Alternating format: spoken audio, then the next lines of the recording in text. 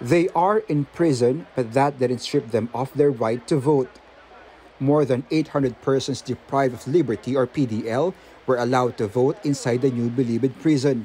Sila po'y Pilipino at sila po ay may karapatan sa ng tinatawag ng right of suffrage natin. Take note, ito po mga pinaboboto natin ay wala pang final judgment of conviction. The visitation area inside the maximum security compound was converted into a polling center. 12 prisons were set up inside Bilibid. The PDLs entered the voting area by batch. After voting, inmates hand over their ballots to the election worker instead of dropping them in a ballot box. The ballots will then be turned over to the schools that their prisons are a part of for canvassing.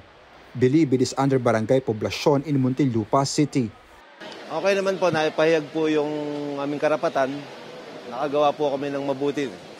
Para po yung mga karapat-dapat na taong dapat ihalal, maisagawa po namin. Medyo okay naman po. Paano okay? Mabilis naman po ang proseso. Napakalaga po. Sa karapatan po natin pantao yun.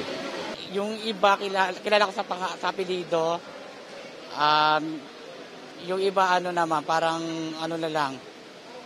Clueless na lang ako. Parang kung pipiling ko lang na magdadala ng maganda sa natin, ekonomiya sa bayan natin, sa bayan. Bucor Chief Gregorio Katapang says everything went smoothly in Bilibid. Kasi nag-simulation kami, nagpa-registration kami nung last February. So nagpapasalamat po kami kay Chairman sa lahat ng ginawa po ng COMELEC para maayos itong ating very smooth so far. Not only PDLs under the custody of Bucor were allowed to vote, but also the thousands of detainees supervised by the Bureau of Jail Management and Penology. I'm Jolly Mario, CNN Philippines.